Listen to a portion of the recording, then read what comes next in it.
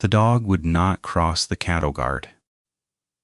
Wade Loomis had walked over that strip of pipe 1,000 times in 4 years, and the healer had never once balked at it, never once set his feet and dropped his weight low to the ground like he meant to grow roots into the limarock. At 4:50 that morning, with the work lights still off and the air thick enough to drink, Bo stopped at the edge of the guard and would not go forward. And a low sound came out of him that Wade had never heard before. Sound with no bark in it. Just a flat, continuous pressure from somewhere behind the ribs. Wade stood there with the feed bucket in one hand and looked at the dog. He did not call him a coward, did not yank the lead, did not tell him there was nothing out there. He had spent his whole life around animals that were right, more often than people gave them credit for. He set the bucket down on the limarock, and he looked out past the guard, into the dark where the pasture ran toward the pines, and he waited to see what the dog already knew. Nothing moved. The palmettos held still in a way that bothered him, because palmettos in Central Florida never held still. There was always a breeze working through them, a dry, papery rasp that you stopped hearing after the first week of living out there. It was gone.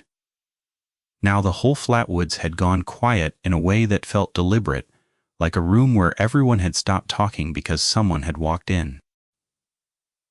He was 46 years old, and he had run cattle on this lease off Whispering Pines Road for 11 of those years. Before that, he had cut palm and cleared brush for a land management outfit out of Okeechobee.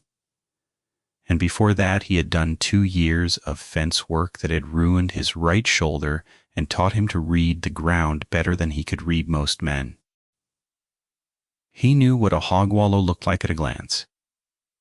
He knew the difference between a bobcat track and a big dog's by the way the toes sat.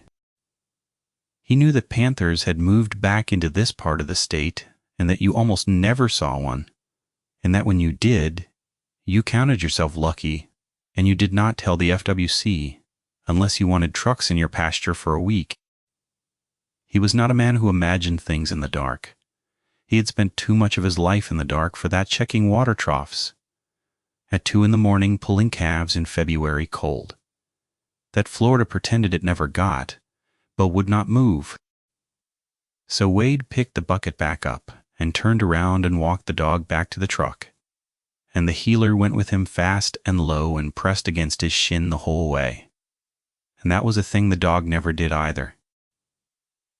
He did the morning feed from the bed of the F-250 with the headlights thrown out across the lot, and he watched the tree line the whole time. He ran the feed out of the bags one-handed, by feel, the way he had done it 10,000 mornings, the dry rattle of range cubes into the steel trough, a sound he could have made in his sleep. And the whole time his eyes stayed on the dark line where the pasture grass gave way to the pines. The cattle came up slow. That was the second wrong thing. The herd was 41 head of mostly Brangus, black-bodied and heavy through the shoulder, and they came up to feed every morning like the lot was on fire, shoving and lowing and crowding the trough before he had the gate open. The big lead cow he called number 9 always first to the steel with her wet nose. This morning they hung back at the far rail with their heads up and their ears swiveled toward the pines, and number 9 stood at the front of the bunch with her head high and her nostrils working and would not lead them in.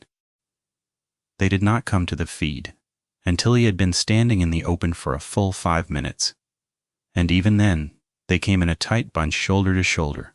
The calves pushed to the center and they fed fast and nervous, with their heads coming up between mouthfuls to swing back toward the tree line. And not one of them put its tail to the pines the whole time. He stood in the bed of the truck above them and watched them eat, and he did the arithmetic of it without meaning to. 41 head. 2 strands of barbed wire, and a dropping economy between him and the bank.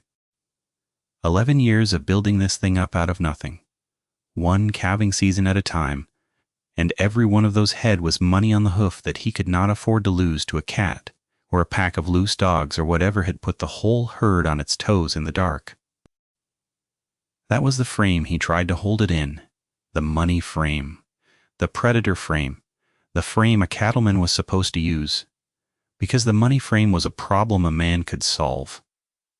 And the other frame, the one trying to open up behind it, was not. Pattern was the thing he trusted. 11 years of mornings had laid down a pattern in him as deep as the ruts the truck had worn into the lot. And the pattern this morning was broken in 2 places before the sun was even a rumor in the east. The dog, the cattle. He stood in the headlights, and he made himself name the rational things, because naming them was how you kept your head. A panther moving through would do this. A pack of loose dogs would do this. A bear this far south was unlikely, but not impossible. And a bear would absolutely set the herd on edge and stop a healer cold. He told himself it was probably a bear. He told himself that, and he watched the tree line. And the tree line gave him nothing back, and the not giving was somehow worse than a pair of eyes would have been. When the sun finally came up, it came up the way it did. Out there in the wet season, gray and grudging, the light leaking into the flat woods without any real color in it, and the palmettos started moving again, and the frogs in the cypress dome down by the south fence started back up. Wah! And the whole world went ordinary so fast that Wade almost talked himself out of all of it. Almost.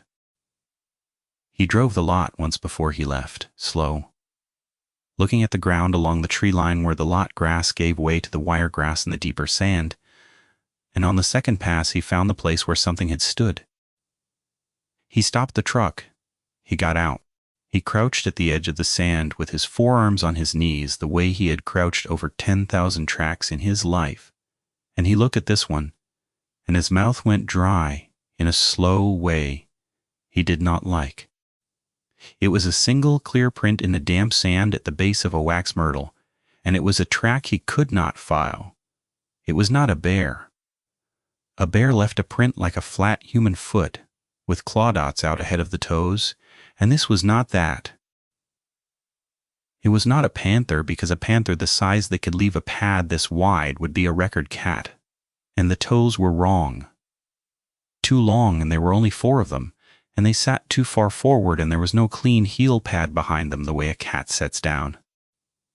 It looked, if it looked like anything, like a dog's track, like a coyote's track, or a big shepherd's track, except a coyote's front pad would fit inside the ball of his thumb.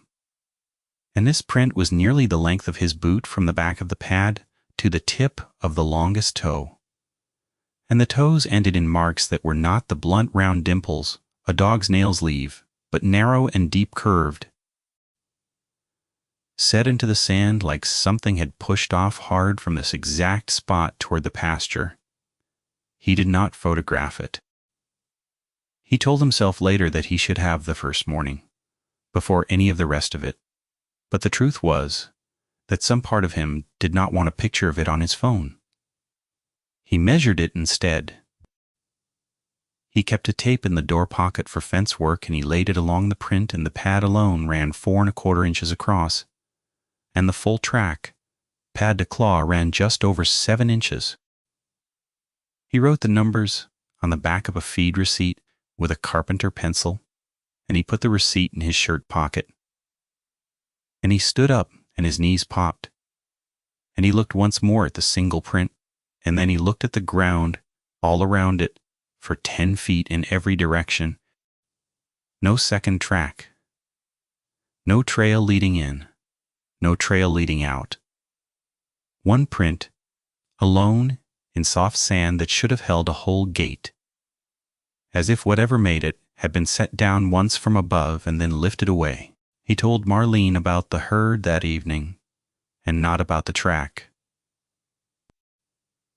They had been together 9 years and married for 6 of them, and she could read him better than the cattle could. and she looked at him across the kitchen with the dish towel in her hands and asked him what he wasn't saying. He told her a bear had probably come through. She held his eyes for a second longer than the lie deserved, and then she let it go because that was the deal they had, that he would tell her the rest when he had the shape of it. And she went back to the dishes, and the baby monitor on the counter hissed its soft static, and from the back room their daughter made the small sounds a 14-month-old makes. In her sleep, Della was the center of everything, and both of them knew it without saying it. They had tried for a long time and lost 2 before her, and when she finally came and stayed, she rearranged the whole gravity of the place. Wade had built her crib himself out of cypress. He had milled off the back of the lease, sanded every rail by hand until there was not a splinter in the whole of it, and the nursery was the one room in the old blockhouse that he had insulated and sealed and weatherproofed past any reasonable standard. Because the idea of cold air or damp or anything at all getting to her while she slept was a thing he could not abide.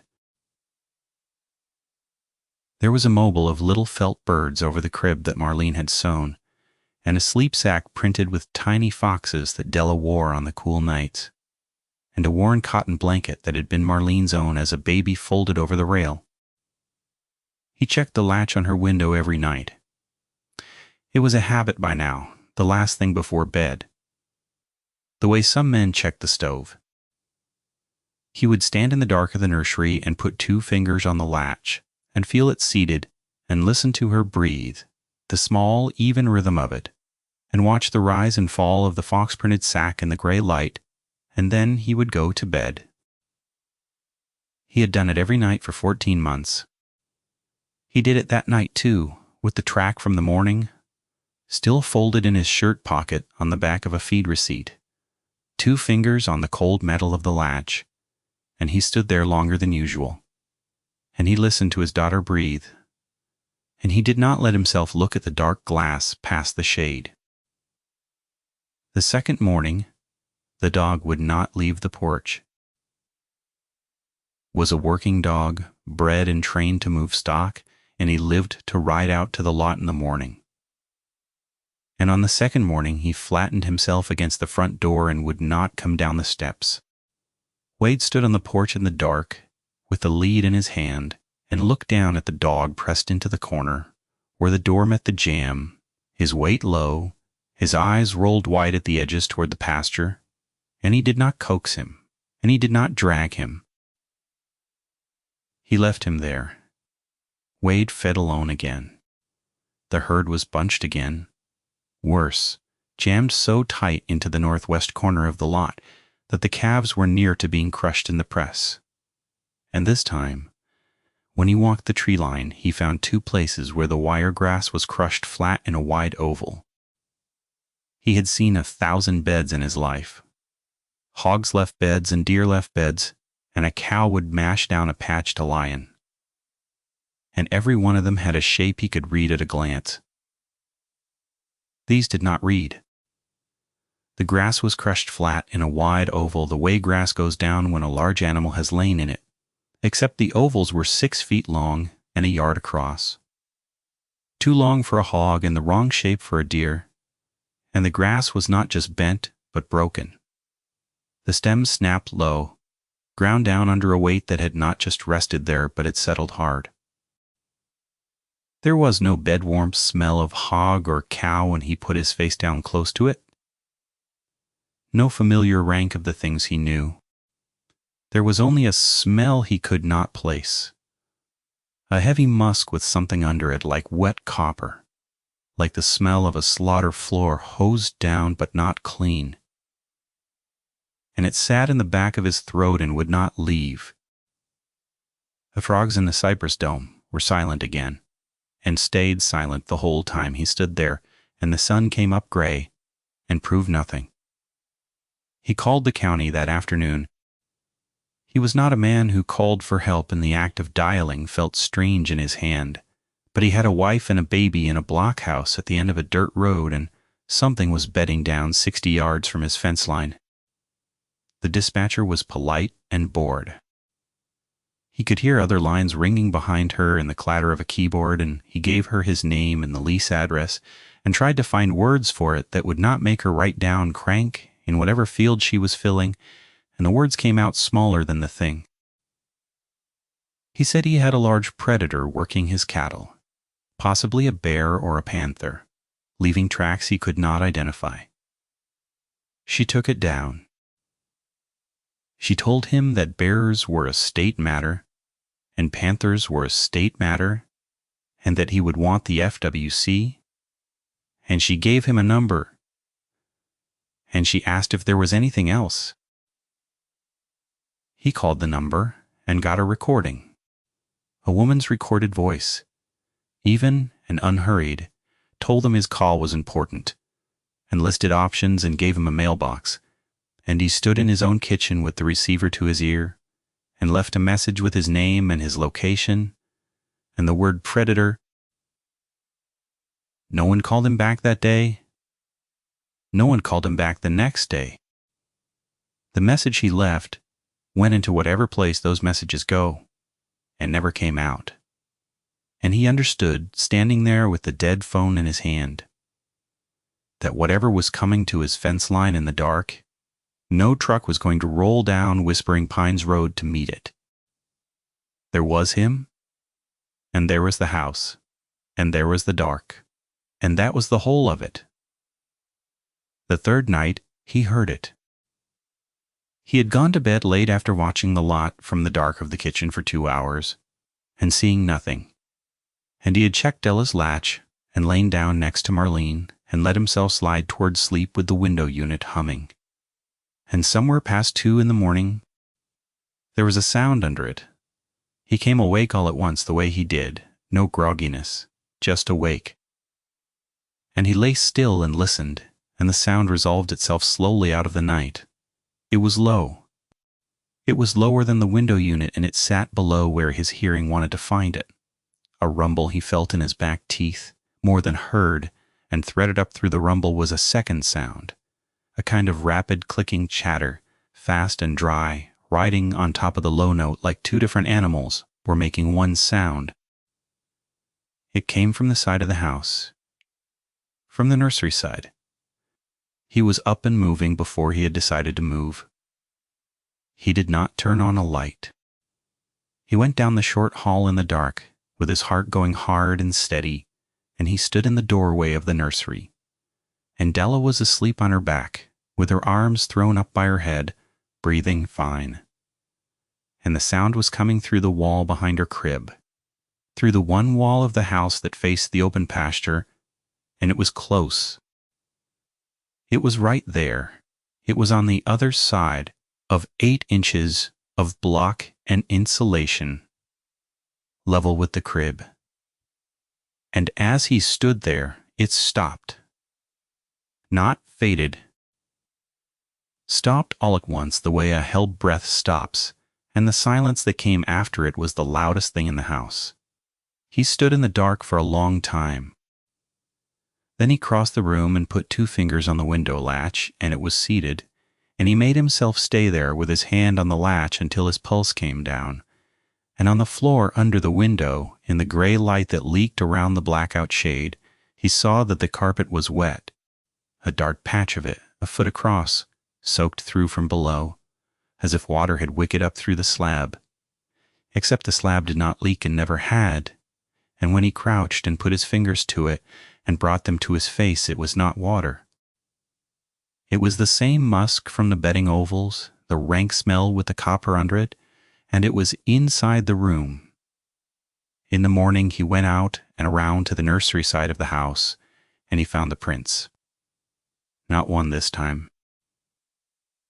A dozen of them more, churned into the soft ground along the foundation under the nursery window, layered over each other so heavily that he could not separate one gate from another. And all of them the same wrong shape, the long 4-toed pad and the deep curved claw marks. 2 grooves scored down through the old paint and into the masonry. Parallel, 8 inches apart, deep enough to lay his finger into to the first knuckle. He stood there, and he understood that something had stood at his daughter's window in the night and put its weight against the wall. And the understanding went into him cold and did not leave. He sealed that window from the inside that day with 3 sheets of 3/4 plywood and 4-inch deck screws, driven into the studs. And Marlene watched him do it and did not ask him about the bear story again. He told her the rest of it then, standing in the nursery with the drill in his hand and the plywood up over the glass.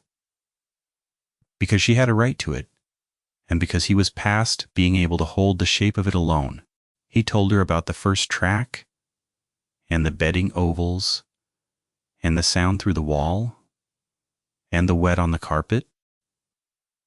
She listened with her arms crossed and her jaw set, and when he was done, she did not cry, and she did not tell him he was imagining it.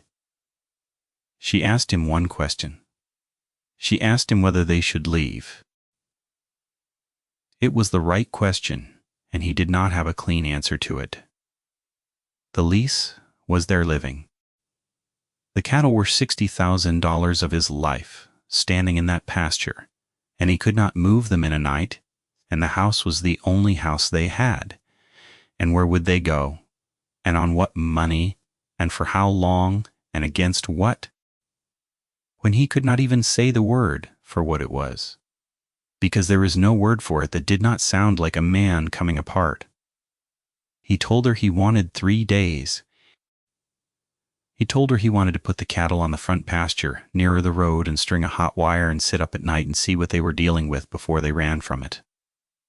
And if it got worse at all, they would go to her sister's in Avon Park and he would deal with the herd somehow. She looked at him for a long moment, and then she nodded once, and she went to pack a bag for Della, either way, and the packing of that bag sat in the corner of the nursery, for the rest of it like a held breath of its own. He moved the herd that afternoon, working them up to the front pasture with Bo riding shotgun in the truck cab, because the dog would not work the stock anymore, would not get down on the ground out there at all, and Wade did the gathering on foot and horseback alone in a way he had not done since he was young.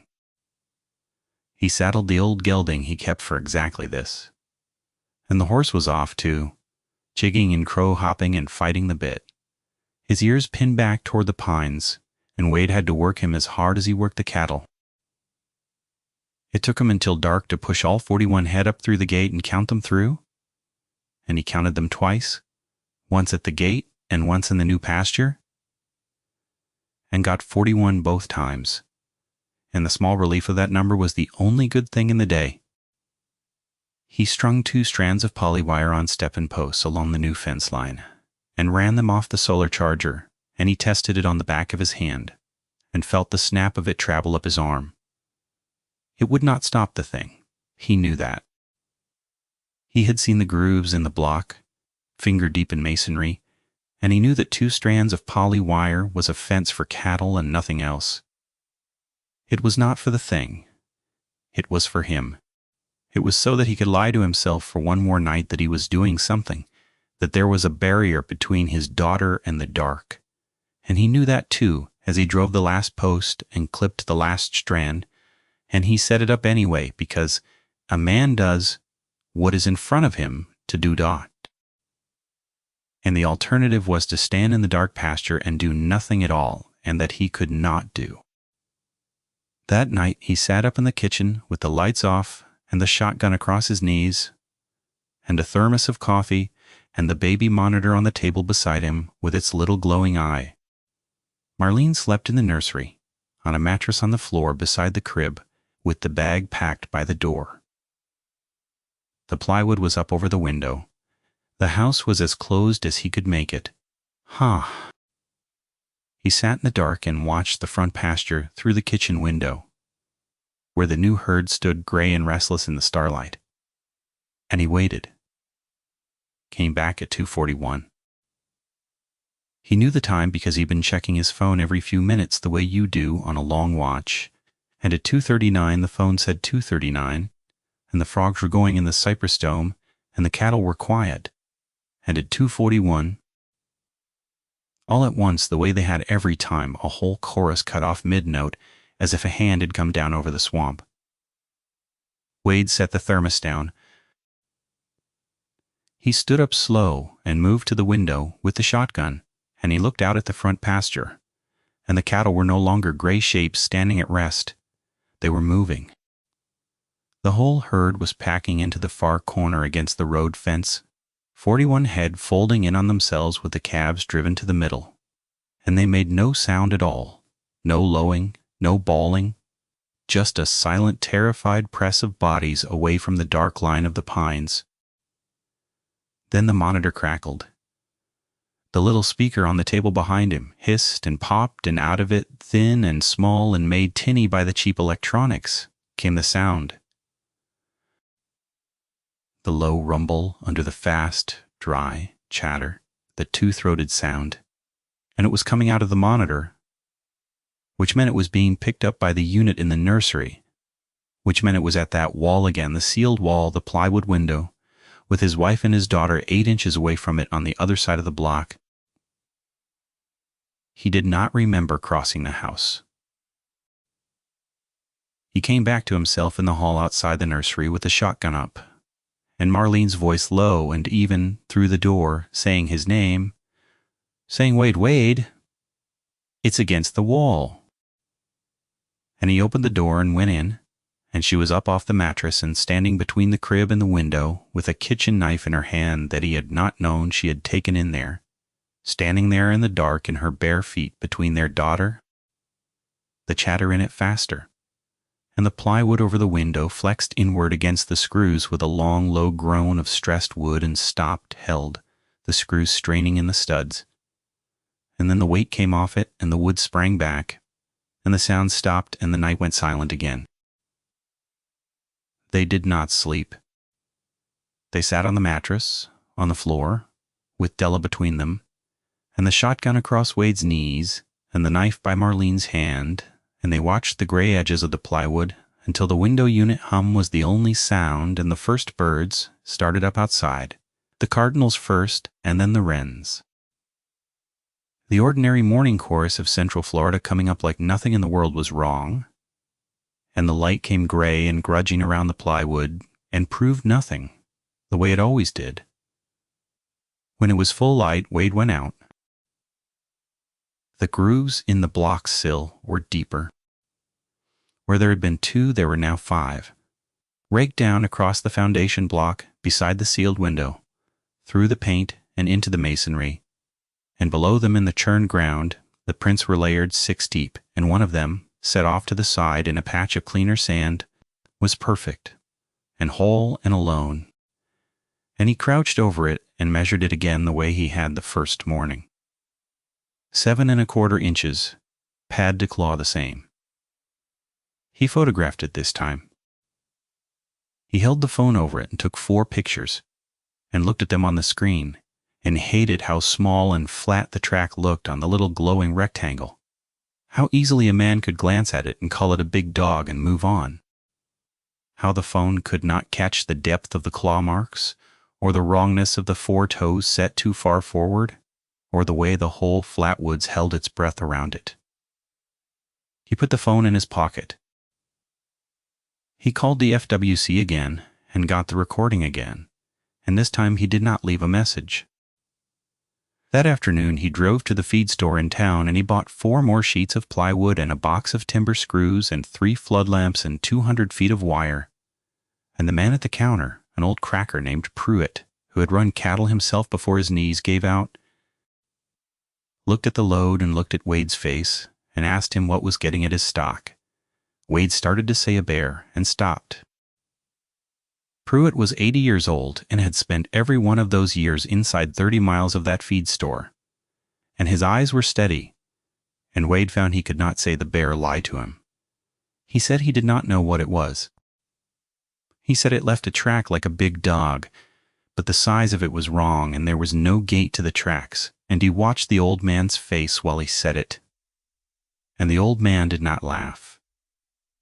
Pruitt was quiet for a while. Then he said that back in the 70s, a fellow named Tillman had run hogs out past where the road dead-ended at the pines out where the old turpentine camp had been, and that Tillman had lost hogs and then lost dogs, and then one fall had loaded his family into a truck in the middle of the night and driven to Georgia. His things. Pruitt said he had been a young man then and had helped clear what Tillman left behind, and that there had been marks on the hog pen up high that nobody could account for. He said it the way an old man says a thing he has carried a long time and never found the right person to set it down in front of. Then he rang up the plywood and told Wade to mind his baby, and did not say anything else, and Wade drove home with the truck loaded and the old man's flat, unhurried voice sitting in his chest where the dispatcher's bored politeness never could. He spent what was left of the daylight hardening the house. He plywooded the rest of the windows on the pasture side and mounted the 3 flood lamps high under the eaves, angled out across the ground along that whole wall and wired them to a switch by the kitchen door, and he cleared the brush back from the foundation. He worked fast and clean and methodical, and he did not let himself stop, because stopping was when the size of it got in. Marlene moved their daughter's crib into the windowless center room that had been a pantry. The most interior box in the whole blockhouse, 4 walls and no glass. And she ran the monitor in there and packed a second bag and set both bags by the front door. They did not talk about whether 3 days had become 2.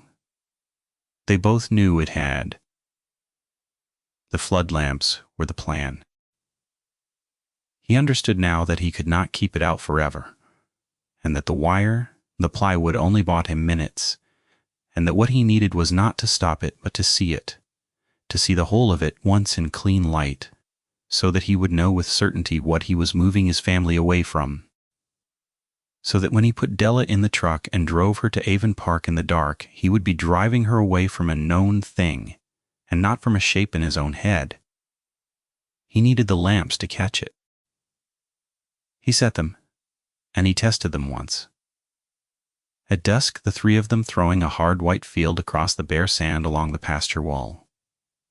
And he killed them and sat down in the dark kitchen with the shotgun and the thermos and the monitor and his hand on the switch, and he waited for the frogs to stop.